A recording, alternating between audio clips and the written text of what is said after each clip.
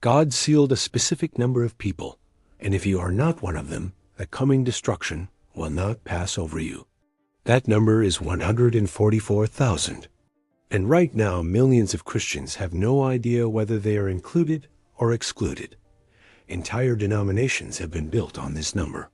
Wars of doctrine have been fought over it.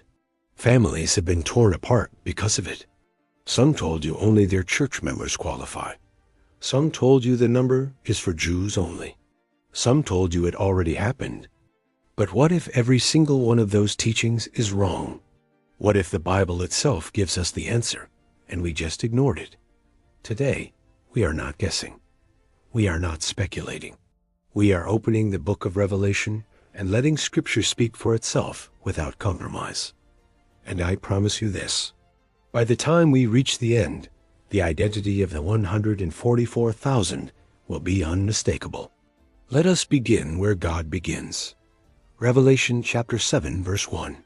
4 angels stand at 4 corners of the earth holding back destruction. The wind they hold is not a gentle breeze. It is the wrath of God stored up and ready to be unleashed on the earth. Then suddenly, a 5th angel rises from the east. He carries something in his hand that stops everything. He carries the seal of the living God. He screams to the 4 angels, "Do not harm the earth. Do not harm the sea. Do not touch the trees until we seal them." Until we seal them. That means before the wrath falls, God marks his own. Before judgment strikes, the Father protects every single one of his children. This is not a new idea. God has always marked his people before destruction comes. He did it in Egypt with the blood on the doorposts. The death angel passed through every street and every house. But where the blood was applied, death could not enter. The seal meant divine protection. He did it with Rahab.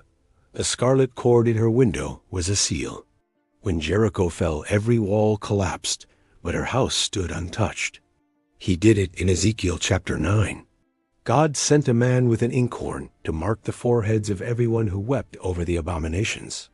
Then he sent destroyers after him, and he told them to kill without mercy, but do not come near anyone who has the mark. So when Revelation chapter 7 shows an angel sealing foreheads, heaven is repeating a pattern that stretches all the way back through biblical history. Now here is where it gets shocking. John hears the number of those who are sealed, 144,000 from 12 tribes. He lists them one by one: Judah, Reuben, Gad, Asher, Naphtali, Manasseh, Simeon, Levi, Issachar, Zebulun, Joseph, Benjamin, 12,000 from each tribe. But something is deeply wrong with this list. If you know your Old Testament, you will catch it immediately. 2 tribes are out of place. The tribe of Dan is completely missing, gone, removed. And the tribe of Levi, which never received a land inheritance, is suddenly added back in. No Old Testament tribal list looks like this one. God rearranged the names on purpose. And when God rearranges something, he is sending us a message. Dan was the first tribe to fall into organized idolatry. Judges chapter 18 records how they stole idols and set up false worship for generations. Levi was the priestly tribe set apart for the tabernacle.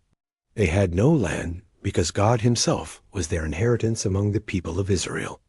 By removing Dan and inserting Levi, God is saying this list is not about geography. It is not about ethnicity. It is about spiritual identity.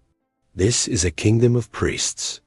1 Peter chapter 2 verse 9 calls believers a chosen generation, a royal priesthood, a holy nation, God's own people. Now pay very close attention to what happens next, because this is the moment that shatters every false teaching about the 144,000. John heard the number, 144,000, a specific count, a defined group, sealed from the 12 tribes of Israel. But then John lifts his eyes, and what he sees does not match what he heard. What he sees is something far bigger and more glorious. He sees a multitude so large that no human being could count it. They come from every nation, every tribe, every people, every language. They stand before the throne in white robes holding palm branches. They cry with a loud voice saying, "Salvation belongs to our God and the Lamb." This is not a different group. This is the same group seen from a different angle. What John heard was symbolic. What John saw was reality. Revelation does this repeatedly. It gives you the heavenly title and then shows you the earthly picture. The hearing and seeing are always connected. In Revelation chapter 5, verse 5, someone announces the Lion of the tribe of Judah. John turns to look and sees a lamb that was slain. The lion and the lamb are not two beings. They are one Christ described in two ways. The hearing reveals his title. The seeing reveals his nature. In exactly the same way, the 144,000 and the great multitude are not two separate groups standing in different locations. They are one redeemed people, described by number when John hears, described by sight when John looks. One people seen through two different lenses of heaven. This means the 144,000 is not a literal head count. It is a symbolic number, and the symbolism is breathtaking and perfect. 12 is the number of divine government throughout Scripture. 12 tribes, 12 apostles, 12 gates, 12 foundations. 12 appears everywhere God builds his kingdom. 12 times 12 equals 144. That is government times government. Old covenant people multiplied by new covenant people joined together in one body. 144 times 1,000 equals 144,000. 1,000 in Hebrew thought means an overflowing, immeasurable, and boundless fullness. So 144,000 means the absolute, complete, total fullness of every person God has ever redeemed from the foundation of the world. Not one is missing. Not one is forgotten. Not one slipped through the cracks. The number means that everyone who belongs to God is sealed forever. Now let us go to Revelation chapter 14, because the mystery deepens and the glory of this truth becomes even more stunning and more personal. John sees the Lamb standing on Mount Zion, and with him are 144,000 who have the Father's name on their foreheads. They are singing a new song before the throne, a song so unique, so sacred, so tied to their experience that no one else can learn it. Why can no one else learn it? Because worship born from suffering cannot be manufactured. You cannot sing a song you have not lived through first. These are the ones who walked through the fire and kept worshiping. They faced the beast and refused to bow. They saw death and chose faithfulness. Revelation 14 verse 4 says they were not defiled with women. This is not about marriage or celibacy. This is about spiritual purity and holiness. Throughout the Old Testament, idolatry is called adultery and prostitution. God called Israel a harlot when she chased other gods. The language is always covenantal. The 144,000 kept themselves pure by refusing to worship the beast. They did not defile themselves with the spiritual adultery of idolatry. They follow the Lamb wherever he goes. That sentence alone should mark your soul. Wherever he goes, not where it is easy or comfortable. They follow him into the wilderness. They follow him into rejection. They follow him to the cross. They follow him through death into resurrection life. And they are called firstfruits to God and to the Lamb. Firstfruits, the first portion of the harvest that guarantees the rest is surely coming. James chapter 1 verse 18 says God chose to give us birth through the word of truth, that we might be a kind of firstfruits. The church is the firstfruits. The redeemed from every age are the firstfruits. They are the guarantee that the full harvest of God's kingdom is coming. Now look at the contrast Revelation draws.